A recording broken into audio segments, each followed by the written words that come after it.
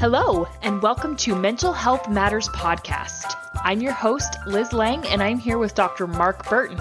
In this podcast, we will talk about all things mental health. Thank you so much for joining us.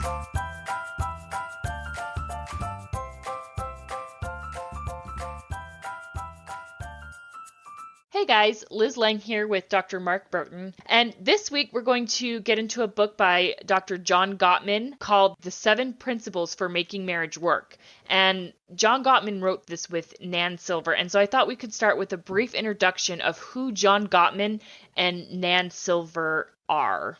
Let me get the Nan Silver part out. I have no idea who she is. I can tell you what I think it is. All the work in this book is from Gottman, and he and his wife, Julie. And so, and I'll talk a little bit more about that. I'm guessing that Nan Silver was just one of those people who probably wrote a lot.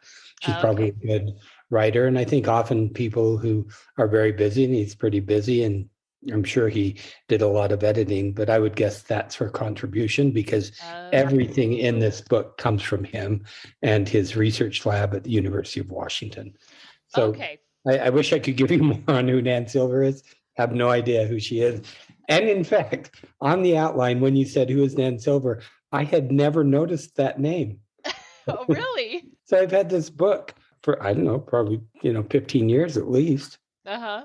I've never noticed the name Nan Silver. I always thought he wrote it with his wife, Julie, but obviously that's not the case. So who is John Gottman? Let's talk about that. So he's retired from his position at the University of Washington. And I think both he and his wife had teaching positions there, but he's still very active as far as doing seminars and I would guess still in his research. And so he has, I think it's called the Gottman Institute.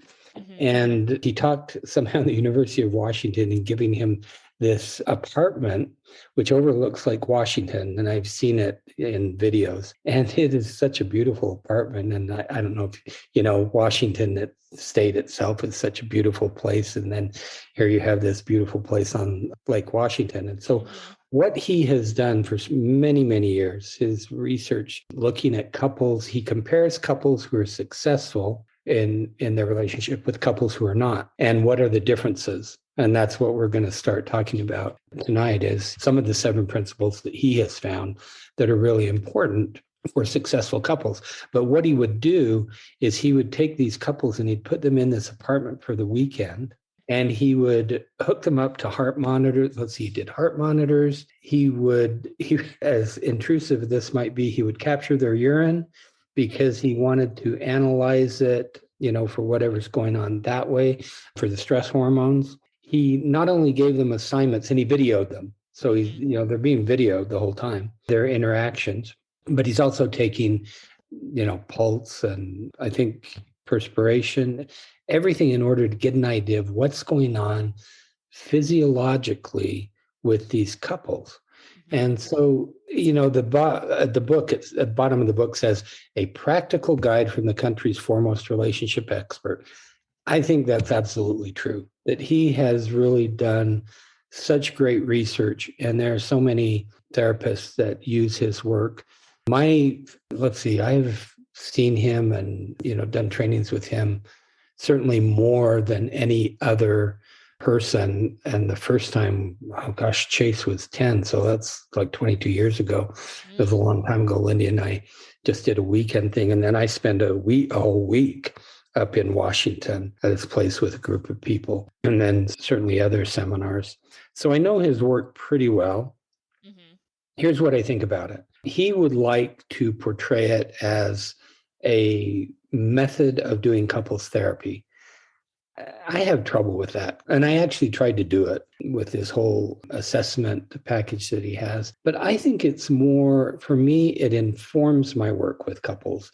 And I would say I use these principles and other principles that he has discovered in his research. I would say I use them daily in my work with couples. But I don't use his process to say, I am a Gottman therapist who follows the Gottman method.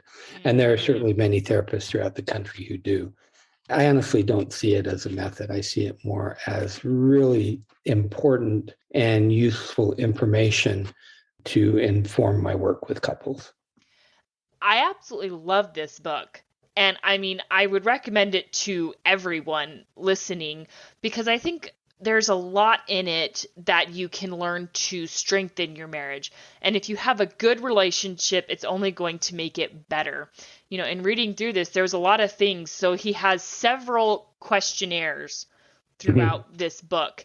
And I'm going through them. I'm like, oh man, I want to do this one with Curtis. I want to do all of them with Curtis just to kind of gauge where we are and maybe see some of the things that we could improve on. And I feel like we have a pretty solid marriage. I mean, we've been together for 10 years, and I mean, I can honestly say we're still happy after 10 years. And I don't know if that constitutes a successful marriage, but I don't know that you can ever say your marriage is a success until you've both died or one of you has died. So, I mean, I, uh, how I'm not how sure else the do you answer gauge is, but it? I think I have a successful marriage. If you're both still married until one of you dies, I would call that a success. But I mean, Yeah, beyond that, how do you gauge a successful marriage? Anyways, that's a whole other conversation. right. But I agree with you as far as the book. I recommend it all the time. And I think, and what I really like about it are the exercises. And I Yeah. think it's very helpful. And so when I'm suggesting to couples that they read it, this, and my first couple this morning, I talked about it. They can read it along the chapters, the body of the work, either alone or together. I think often Hmm. it's good together. But then the important thing is when you come together and you do Yeah. the exercises. Yeah. I think that is really, really helpful. So John Gottman, he works really closely with his wife, Julie. I can't remember if I said this in another episode or to you privately. I have seen tape of Hmm. his work. He did a joint session with his wife, Julie, with another couple, and we saw the whole thing. And I don't know that he would take offense to this. He is not a very good therapist, Hmm. and his wife is wonderful, but he's a researcher. Yeah. And that's his strength. And he is, I think he's one of the smartest guys that I've ever encountered. And he has this memory that's just amazing. And so his strength, he is a relationship expert, and his strength is the research. Hmm. And his wife's strength is certainly doing the therapy work. Which works. I mean, that sounds like a pretty fantastic power couple to me. They are, in fact. Yeah. So, all right, let's start by talking about one of the early things he talks about in his book, and that's predicting a divorce rate at a 91% success rate. I am really curious to know what you think about this. Well, I think it's true. Okay. I've seen the stats. Here's the way he does it. And like if you read the book, he says that you can listen to a couple for 5 minutes. You give them a very specific task, though. Okay. So it's not that you just say, okay, start talking. Uh-huh. They have a very specific task that they're engaging in. And if I recall correctly, what they're doing is they are remembering the first few months of their relationship. Okay. And so, and I've seen so many different tapes of in that week I spent up in Seattle with him, that so many different tapes of these couples, and you can actually start to pick it out. Now, Okay. this is my one complaint about the book. And I realize when I say this, there are some listeners who are immediately going to do the opposite of what I'm suggesting. Chapter 2, at least Okay. in my book, I think it's different in some editions. Chapter Hmm. 2, How I Predict Divorce. Okay. Yep. I think couples should not read that chapter. Oh, And okay. and because it scares couples. So Yeah. you get couples, and this is probably only true for couples who are struggling, Hmm. and which is a lot of the couples I see. So Right. if, as you mentioned before, if you've got a strong marriage like for you and Curtis, then Hmm.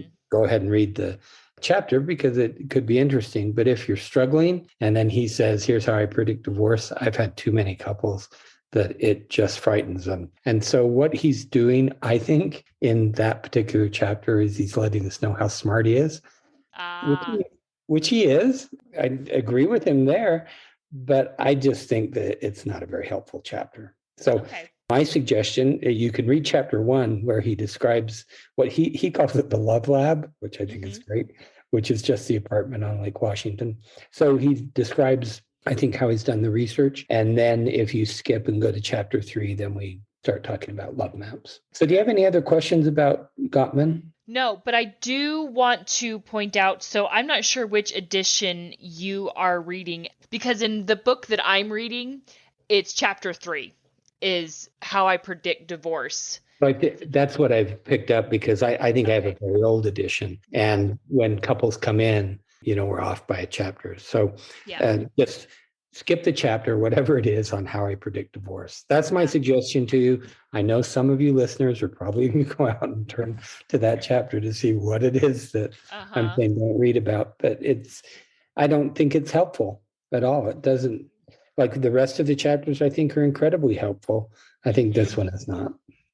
Right. Well, and I think just, he says 91% success rate. And when he first wrote this book, it was something like 1990. Right.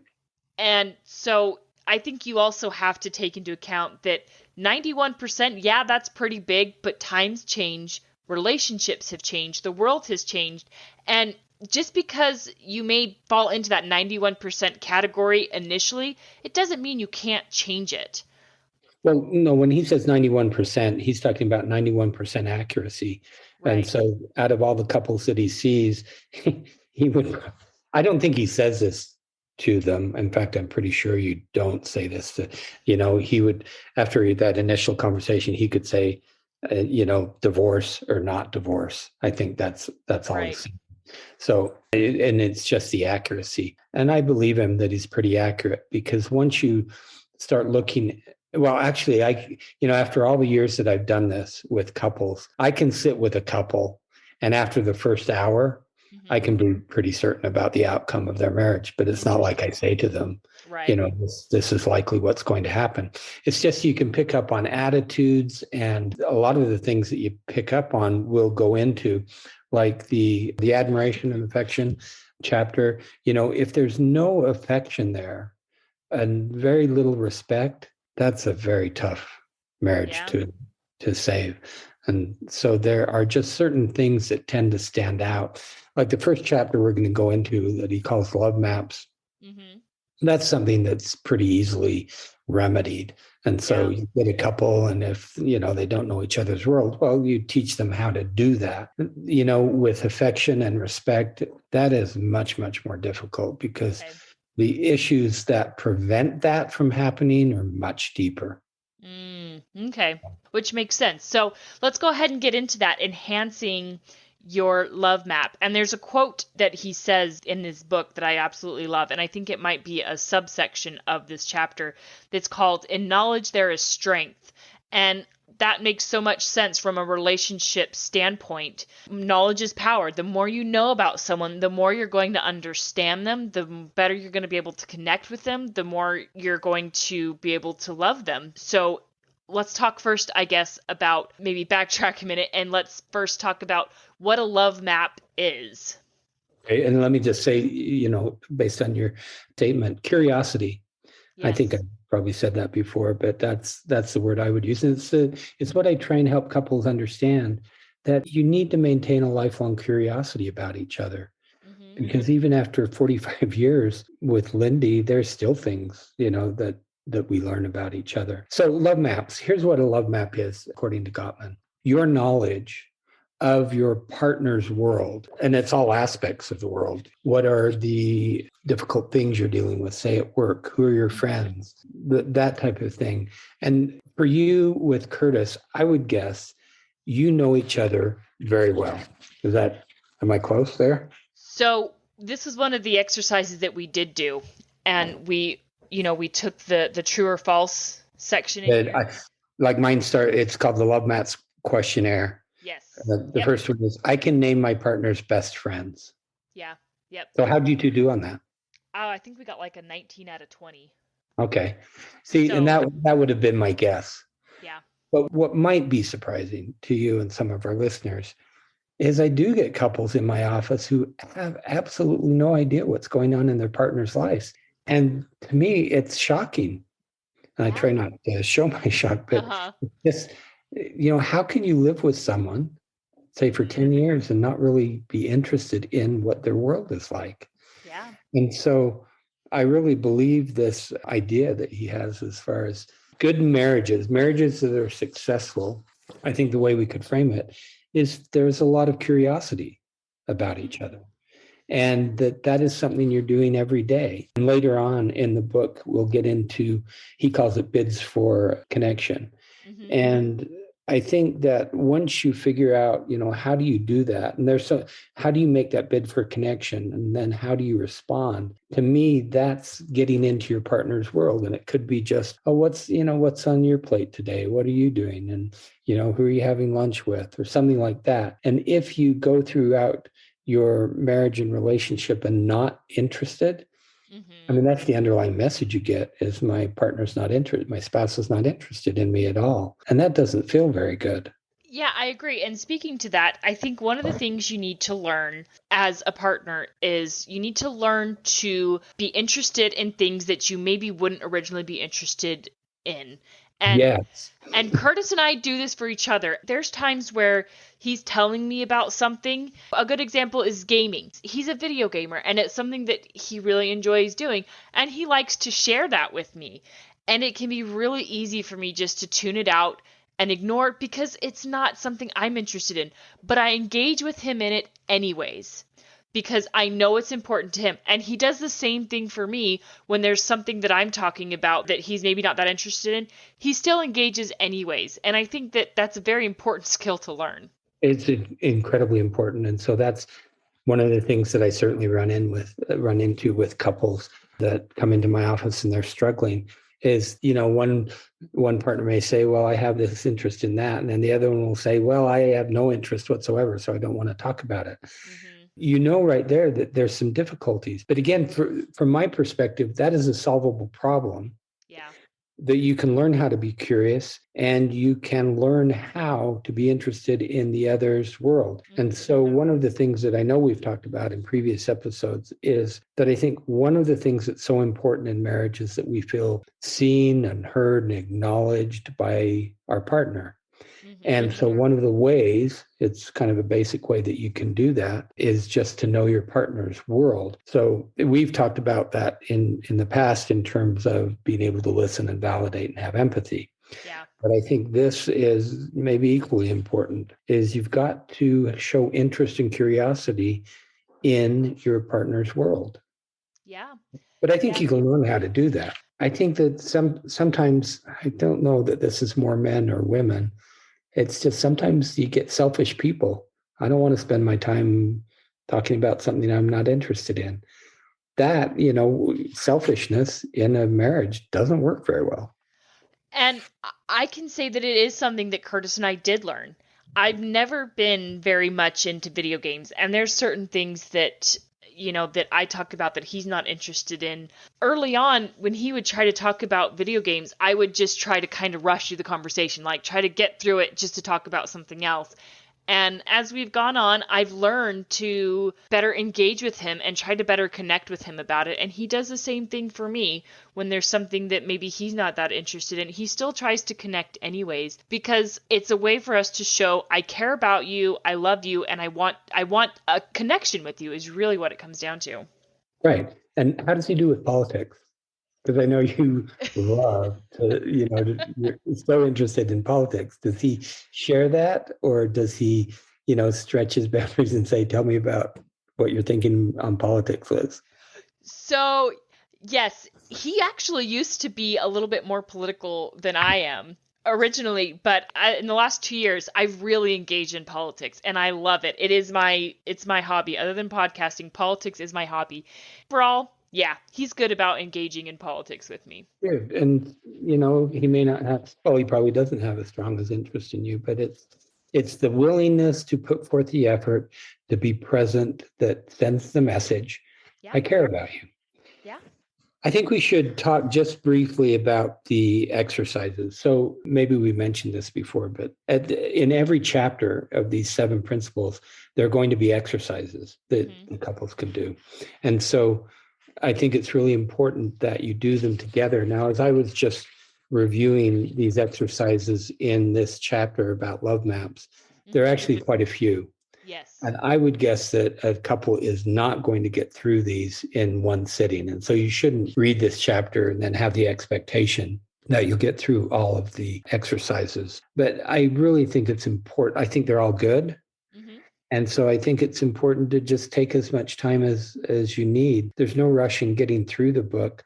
And really the benefit, I think, of the book, I mean, certainly comes from the knowledge of what those principles are.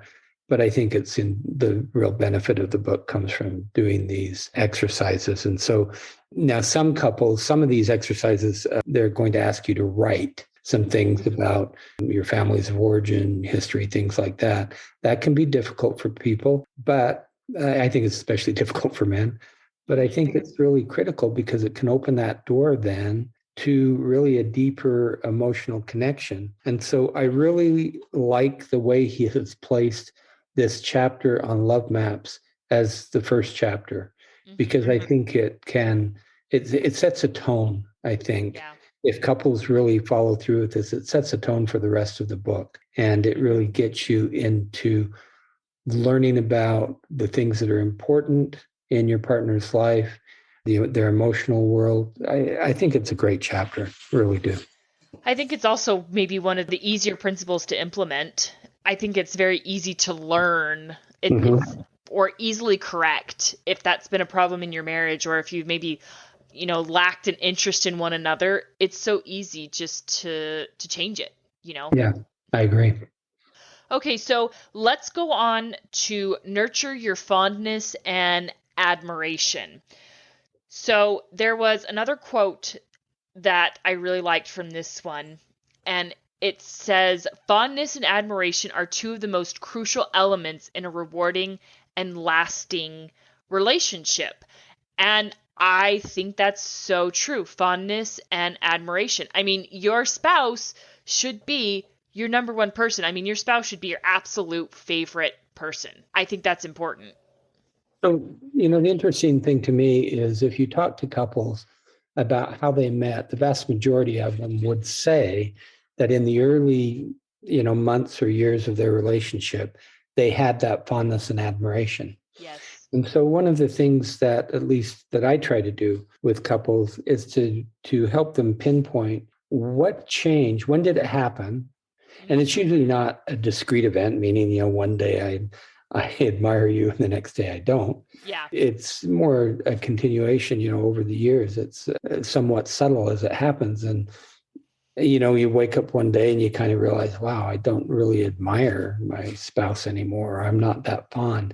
And I think the fondness piece, it's all about behavior. I mean, if you think about what is fondness and admiration, it's really based on behavior, the other Yeah. person's behavior. And so over the years, you either learn, your spouse's behavior changes in some way, or you learn more about them, or some things happen that either in the way they treat you or the way they might treat the children, that all leads to some sort of degradation in that fondness and admiration system. And so with couples, it's again, when I see a couple, like Gottman has this incredibly complex and long assessment, which I don't use anymore because couples just really got angry about how long it took them to do it. And so I Okay. think you can assess, though, the fondness and admiration that they have for each other just by asking them a few basic questions. And so, in that first session, or at least in the second session, I'm trying to help to figure out, okay, what's going on? Are you fond of the other person? I may not use that word fondness. Often, do you feel compassion toward Hmm. the other person? Okay. And that's one of the first things to go when you lose that admiration. You lose your ability to be compassionate. And so I agree with you that I think, or the quote, that I think it's really one of the most important things you can work on. Now, he in the book, and likely in this chapter, he talks about contempt. Hmm. Okay. So he talks about the four horsemen, he calls them the four horsemen of the apocalypse. And what he says in his research, that in couples who are struggling, there is at least one Hmm. of these present, one of these things present, and often more than one thing. And so those things are defensiveness, stonewalling, criticism, and contempt. Okay. And so once you lose that fondness and admiration, then contempt can sneak in. And here's the way I help couples understand what contempt is that if you feel morally superior in some way to your partner, that's a sign of contempt. Okay. And so often you can see how this really ties in to that fondness and admiration system, because typically, as I said earlier, it's going to be about behavior. You see this behavior that you don't like, you lose that admiration, that fondness, and eventually, if you're not careful, then you fall into being contemptuous about your partner. That's one of those things that is a real warning sign. And I think you're right. And so we've talked about this before, that relationships in the first year, and I'm not going to get this anecdote completely right, so you might have to correct me, but in the first part of a relationship, the passion tends to run really high. Yes. And I kind of refer to it as wearing rose-colored glasses. I mean, you're feeling that high of a new relationship, everything's exciting. And in those instances, you're kind of putting your best foot forward. You want this person to like you. You want them to think the best of you. And as time goes on, that's going to wear off. The passion is going to die down, and you're going to be left seeing this person for who they really are. And you're going to start to notice more of their faults. You're going to start to notice more of the little ticks, more of the things that might be a little bit annoying about them. And at that point, you're going to have to make a choice. Do you choose to continue focusing on the good things that you love about your spouse? Or do you start doubling down and honing in on these things that annoy you? And I think if you can choose to keep loving your spouse and to keep focusing on the positive, you're going to set yourself up for a lot more happiness to come. Right. I agree with that. And I think there's some very specific things that one can do to change that. And so, we've mentioned before this idea that our brains are really focused. They've evolved to be more focused on the negative. Mm-hmm. Because it's how we survive. And we've talked about gratitude in the past, which is really important, and ways, and I'll mention some specific ways that Gottman comes up with where you can actually shift. I call it shifting your gaze from the negative to the positive. Yes. And so, when you talked about those early months, I think Robert Sapolsky, who's that biologist out of Stanford that I've mentioned before, he would say, and I think this is true, that there are actual differences in your hormones going on. And that is one of the drivers of our behavior. And what we know is that passion that you talked about, or that high of a new relationship, only lasts about 6 months to 2 years. And so at some point in that time, your hormones are going to go back down to their base level. And that's when the behavior then starts to change. And so it's very much about a physiological reaction. And plus, time. I mean, you're together a lot. And so there are other factors. It's not solely a hormonal or physiological, but it's certainly a big part. Yes. So, as we've been talking about this and nurturing your fondness and admiration, I'm thinking of what's been going on this week. So Curtis is out of town this week for a work meeting. And we've been fortunate enough in our marriage to have only spent maybe, I don't know, less than a combined total probably of less than 2 weeks apart. Like we've been fortunate that we haven't had to spend a lot of time apart. And this is the longest we'll have ever gone. And I mean, I don't know, maybe this is going to sound a little pathetic, but we're spending a total of like 6 days apart, of continuous being apart and not seeing each other. And, I feel a little bit like a love-struck teenager again. And it's hard. And it's hard for both of us. Yeah. That's great. Yeah.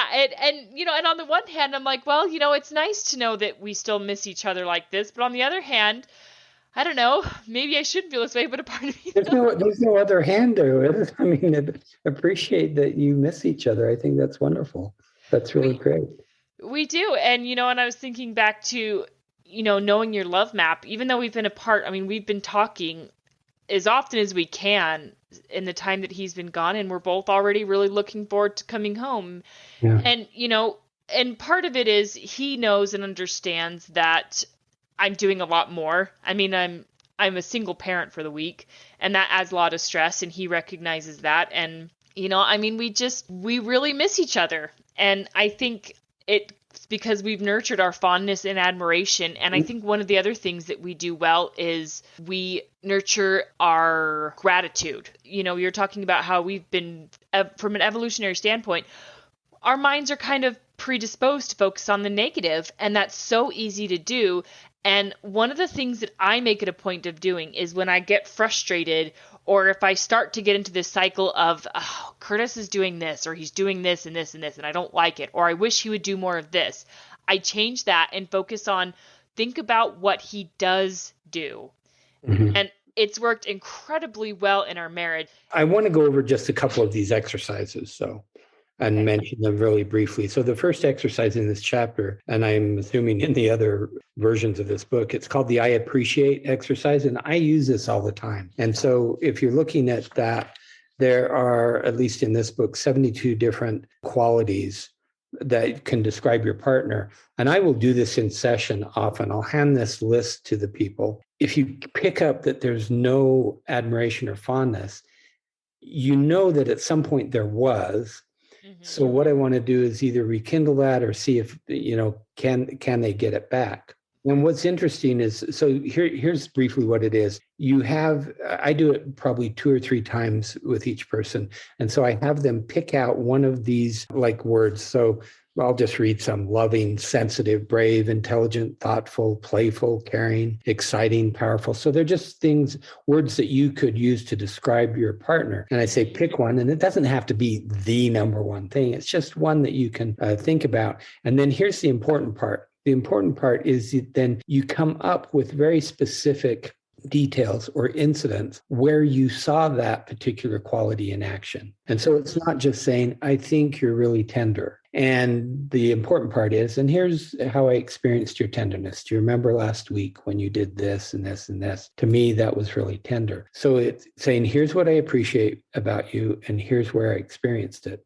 And again, it's surprising to me often how many couples have never done this, and you have them do it in the office, and it's really eye-opening to them, and it has a lot of meaning. Mm-hmm. And so this exercise is not that difficult to do. Yeah. And it's one of those ways that you can, in my words, you retrain your gaze, you refocus your gaze from the negative to the positive. I will start every single session with couples with the same question, which is, tell me what positive happened in your relationship since I last saw you. And what I'm trying to teach them to do is focus more on the positive, because it's really easy to focus on the negative. Yeah. The exercise 3, he calls it a 7-week course in fondness and admiration. And I really like this. Now, this is, again, takes some dedication and a commitment from couples. But I think if you follow this, the whole goal of those exercises really is to get us to start looking at the positive, as you said, because it's just way too easy. Now, I think we've mentioned gratitude. Really, in a way, that's all we're saying. It's gratitude specific to what your partner does. I'm really grateful that you're tender with me. I mean, you could say the exact same thing, right? And you're just looking at the positives. Couples do not do this enough. Yeah. They do not say, I appreciate that you're this way. I appreciate that you're funny. And here's how you're funny. It just has so much meaning. And that's how you start then building on that admiration and fondness system. And I think all of these are really solvable problems. I think some are harder than others. And I think fondness and admiration is slightly harder, but it's just that it takes a commitment to really change the way you look at your marriage and your partner. Yeah, absolutely. And I've for a long time thought that those little things matter, both good and bad. So, I mean, those little things that maybe your partner does that can be kind of annoying. I mean, the classic examples, the way the toilet paper roll goes, where they squeeze the toothpaste. No, or toothpaste. Yeah, the toothpaste. Yes, those little things that might kind of those matter. Don't let those build up. Well, it's the same thing with the good things. The little good things in your relationship matter. And your partner is not a mind reader. First of all, they don't know the little things that they're doing to annoy you, but they also don't know the little things that you do that they appreciate. And you need to express that when they do something that you appreciate. you need to say it, even if it is a little thing. It's so important to express those. Yes, that's absolutely right. Yes. Okay, so next week, we're going to continue with this. We're going to continue on to principle 3, which is turn towards each other instead of away, which is a really good one. I mean, I really like that. I like all of them. So yeah, I know. I do too. To talk about that. Yeah. So it's going to be another good episode, and we will see you all next week. Have a good week, everyone. Have a question for Dr. Burton? How about a topic you'd like us to cover? Send us an email at mentalhealthpod21@gmail.com. This podcast was produced and edited by Liz Lang. Music is by Audio Lounge.